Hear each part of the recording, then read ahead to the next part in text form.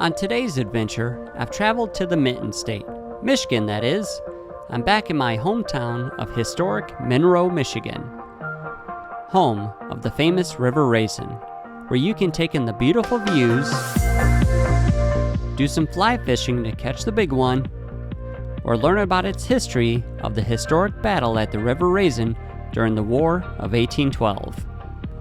Monroe also has agriculture fields as far as the eye can see, a quaint family downtown area, and well-kept parks for the whole family to enjoy. It's also home to the Lazy Boy headquarters and home of General George A. Custer, and fish flies who like them also. I decided to set up and paint at what the locals call the IHM, also known as the Mother House, or what we called growing up St. Mary's Academy. It's one of the golden hidden treasures of the town, I believe. A place tucked back full of nature, a great place to take the dogs out walking, a place to get away from the city for some peace, and lucky for me, a place full of views to paint. The spot where I decided to paint is one full of my childhood memories. In the middle of the academy lies this pond, a pond where we would go as kids and run around playing games. The neighborhood gang of kids would ride our bikes and go fishing with our cans of corn and bags of hot dogs.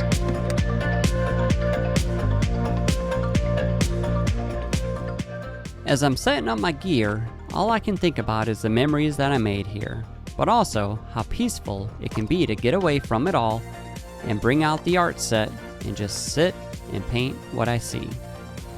Okay, maybe not sit, but stand in awe of God's creation all around me.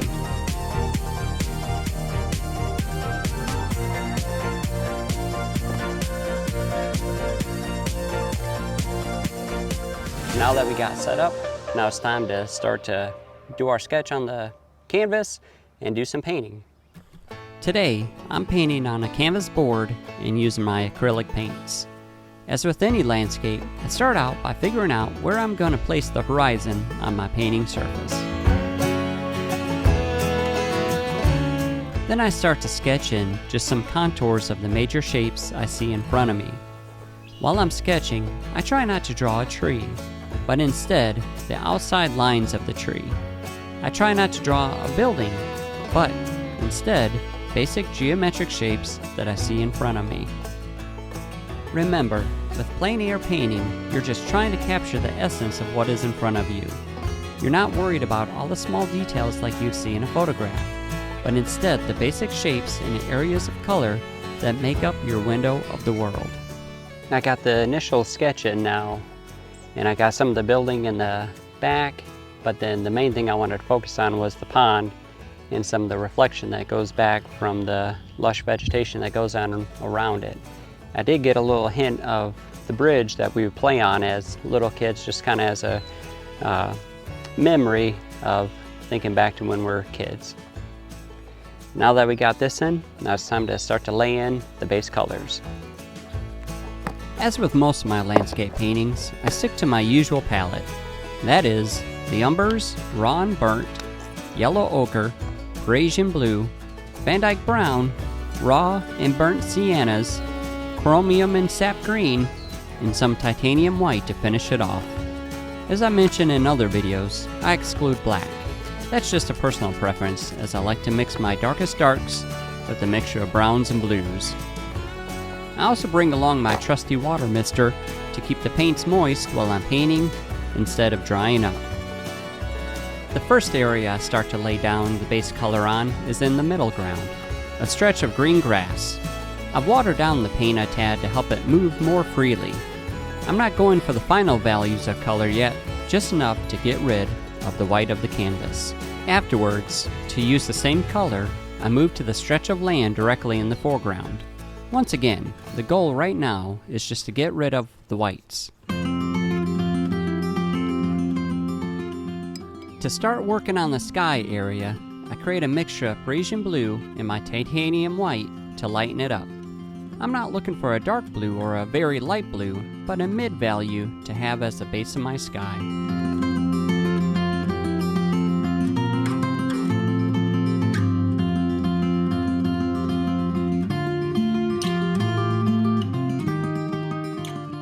I'm not too worried if the color gets on the objects that I've already drawn in. The paint is thin enough for me to see through, and they'll be painted afterwards since they are in front of the sky when we think of the perspective.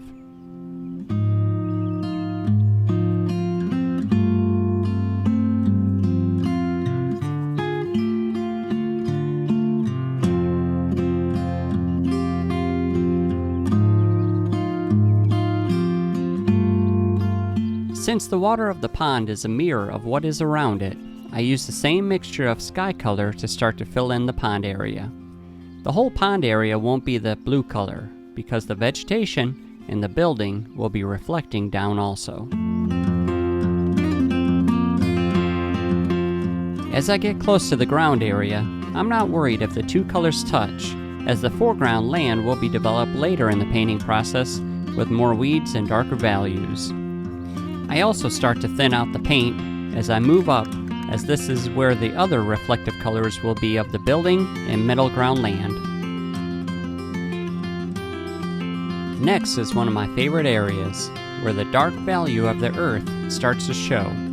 The edge of the land that separates the flat green grass area to the depths of the pond.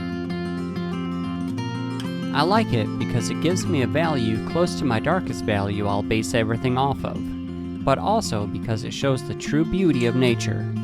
How in this one area, we now have a wide variety of hues to please our eyes.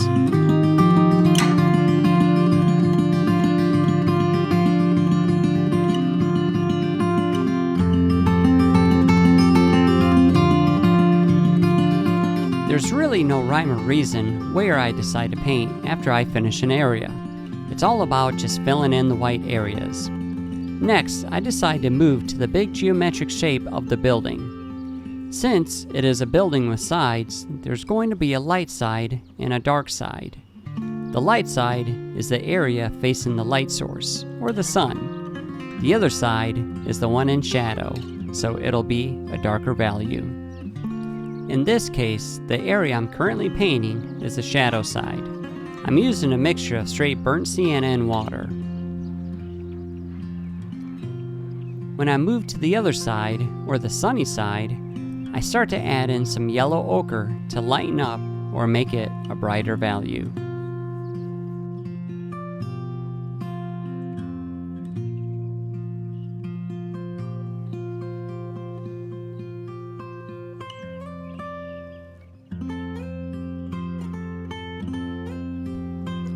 I take the same color of my mixtures of siennas and start to add in the reflective color of the buildings onto the pond surface. I used to always be afraid of painting in water. The reason was I could never figure out what color to use. It wasn't until a professor of mine taught me of reflective color and how water doesn't have a color. Water, in its purest form, is clear. Most of what we see is like water acting as a mirror, with some ripples in it, of course. As I move down the reflective color, I start to thin out my wash of color as a way of having it fade out, and I do this just by adding more water to the mixture. Now that the reflective building is done, it's time for some of the reflective vegetation. I load up the brush with my chromium green and apply a thin wash again, this time just using more water than I have pigment.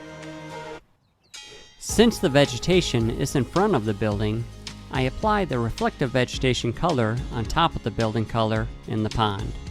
This also helps create a sense of depth within the painting by showing overlapping shapes or colors.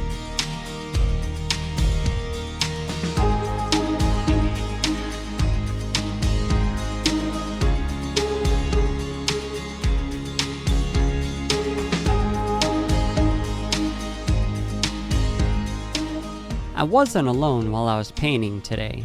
There were plenty of bugs to keep me company, but also some wildlife off to my side.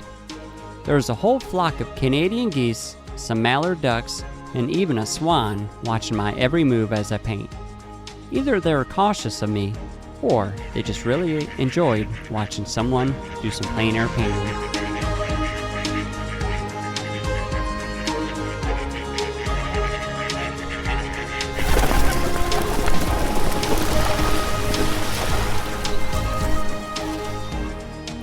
There was even a time when they thought it was their turn to be the stars of the show. They flew from one side of the pond and landed directly in front of me. Maybe they wanted me to capture their best angle. It was a bright day, but wearing sunglasses was hindering me from capturing the correct values and colors in front of me, so it was time to take them off.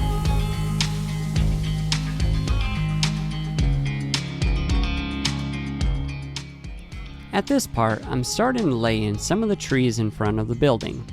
Once again, another great way to create depth on this 2D surface.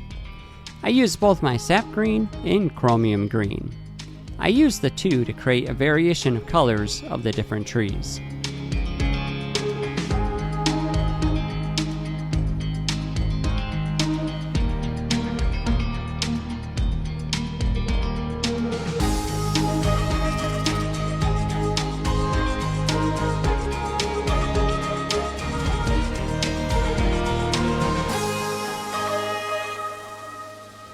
Now I'm at the point where I've laid in most of the base colors, but now it's time to start to go and really give it that pop and start to add in some details. Out here doing the plein air painting, I'm not going for hyper realistic, but I do want to have some little indicators where everything is at, maybe where some individual blades of grass are, but nothing too detailed. That's more for the studio work. Now that all the whites have been covered, I move to the second phase of the painting, which is adding in hints of details. The first little details I start to put in are the windows of the main building. This really starts to give it some character. I do this by creating a mixture of Parisian blue and just a little white to make it a little bit more opaque.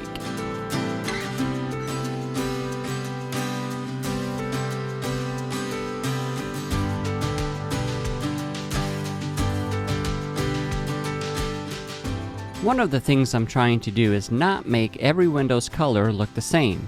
The reason is when the light is shining, it gives each one a slight variation.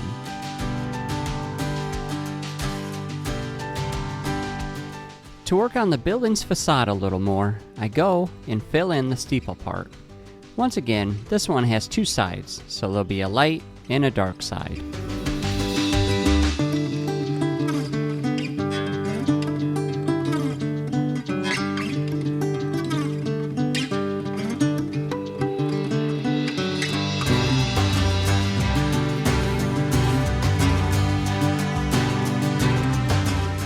Luckily in this heat, the paint doesn't take long to dry, so I start to add in some more windows.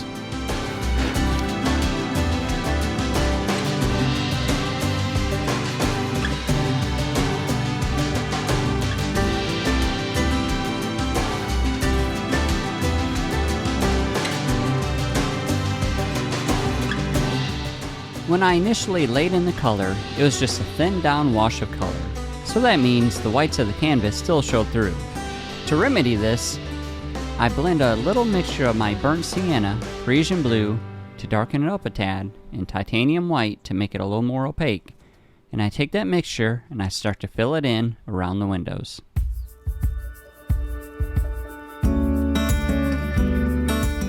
This is a brick building, and with this plein air painting and the fact that I'm so far away, I'm not going to paint in the bricks. Instead, I'm filling in these other little details to give the building just a little bit more realism.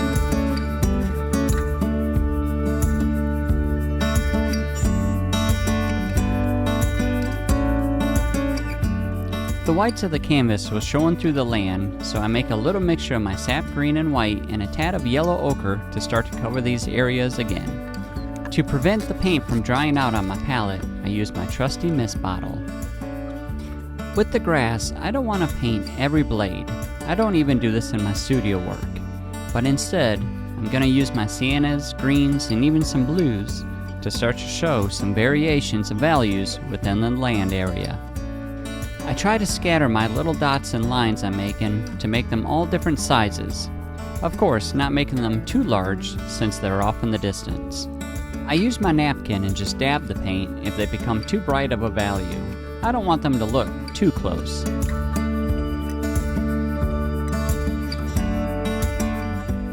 Once I'm done with that, I used some umbers in my yellow ochre to start to create the different values in the land area and where light could be shining. The easiest way to figure it out is squint my eyes or take a picture and turn it black and white.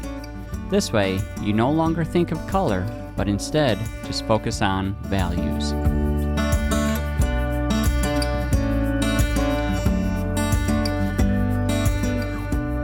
I want to make the soil area some of my darkest values. The initial wash still wasn't good enough, so I mixed my burnt umber and Parisian blue to make a dark earth tone value and fill in these little cliffs.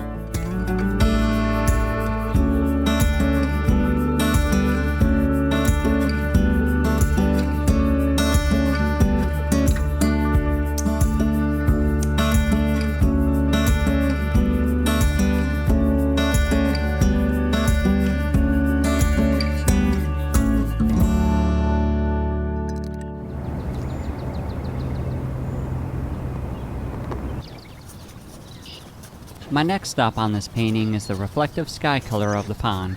Since the pond really is the star of this painting, I'm trying to make it pop a little more. Instead of adding white to my Parisian blue, I took a glop of white and just added a hint of the Parisian blue to make it more of a sky color. I also take a thinned down version of this blue and pull it up into the vegetation and building reflective colors. This really is one of my favorite places to go to when I come up here to the north. And one of the main reasons is because of childhood memories. I remember my brothers and I would come here and go fishing. We'd climb in the trees, and there's still pictures of us when we were little climbing up in the trees and just kind of hanging out and having a good time. A lot different than it is as an adult. I believe when you decide to make a painting and it has a piece of your heart in the subject matter, it becomes some of your best paintings. I don't know if this will be one of my best paintings, but it sure does have a piece of my heart. I continue developing the land area, but now the foreground area. So I flipped the painting so I have more room to work and continue to cover the whites of the canvas that's showing through. Since this land area is larger than my middle ground land, I choose a larger brush to work with.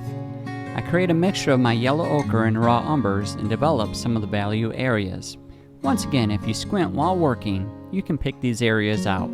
Sometimes the values are darker just because of clumps of weeds or taller grasses.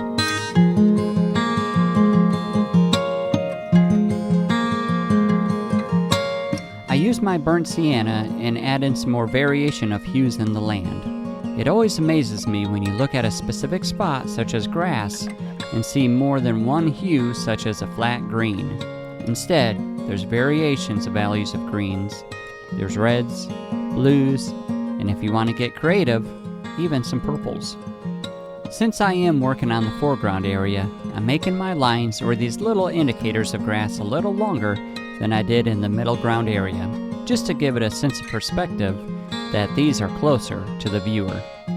These wild grasses have a white clover or dandelions in them, so I take my titanium white and a hint of yellow ochre to give little indicators of these.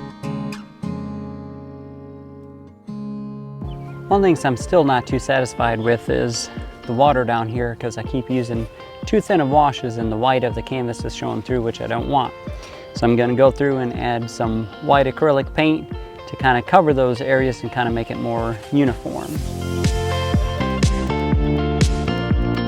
One of the things I've struggled with acrylic paint is always thinning the paint too much, so I always have to go back over it. I think it comes from me always working in watercolor. With watercolor, the process is you work light to darks by building thin washes of color. But with acrylic, you don't have to do this because you can always paint over it, unlike watercolor. With acrylics, the process usually is like oils. You work dark to light. After filling in the blues of the sky, I go back over the reflective vegetation color to once again stop the white of the canvas from showing through. It also helps the area to pop out more. The difference now is I won't go back in and add any details to this area since it's just reflective color. It also needs to be a darker value since it's closer to where the earth meets the water. Now to make this area resemble water, it's time to add in a few indicators of ripples and where light is bouncing off the water. I do this by using a combination of yellow ochre and white and straight titanium white to paint different variations of horizontal lines across the water. No rhyme or reason where I put them, other than where I see them with my own two eyes. One of my other favorite memories of this pond was when we were little, probably in our teenage years.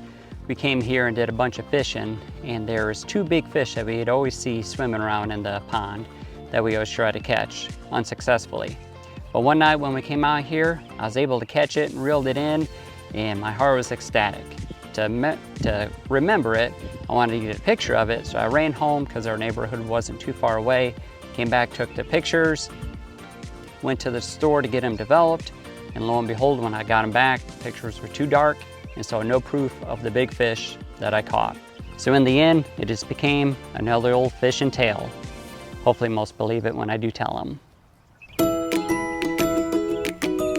Now I'm in the final stages of finishing up this painting for today. So far it's been about an hour and a half. It's also been about an hour and a half of the sun beating down on me in limited shade.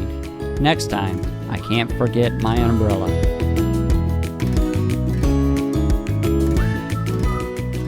I've come to love painting trees with acrylic. The reason is I lay down the darkest darks first, unlike working in watercolor, and then once I add the semitones and lightest values, it just makes the trees just pop out. For these trees, the highlight values I'm adding in is a mixture of my chromium green, yellow ochre, and some titanium white. To add variation, I also add in some burnt sienna.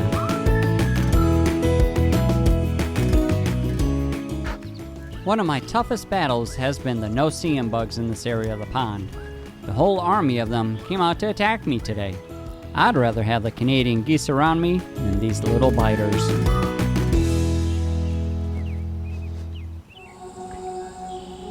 My time is coming to a close out here for today. After 2 hours, I'm at a point where I'm ready to call it a day. The final details I wanted to add in before I left this beautiful spot was some indicators of tree trunks in the middle ground trees.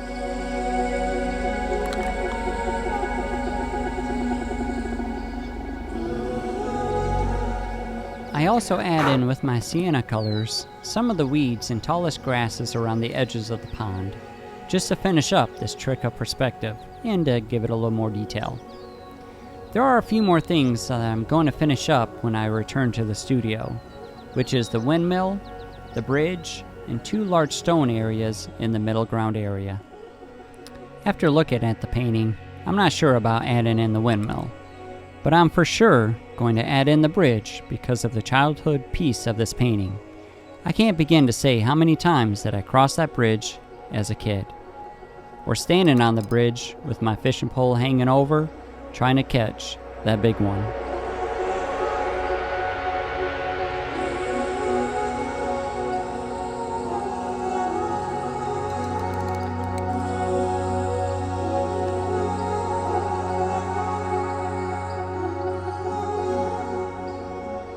I am happy with how this painting turned out, and the decision that I made to come out on this sunny day to capture this scene.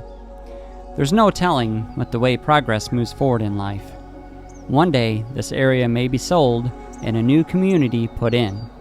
But now, I have this piece of art that will never change to help remember this special place.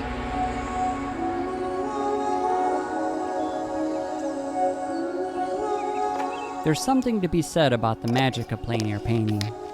It's different than working in the studio. There's a freeness to it, especially if you go where there's no crowds. It helps us artists capture the emotional dimension of the particular landscape at a particular moment in time.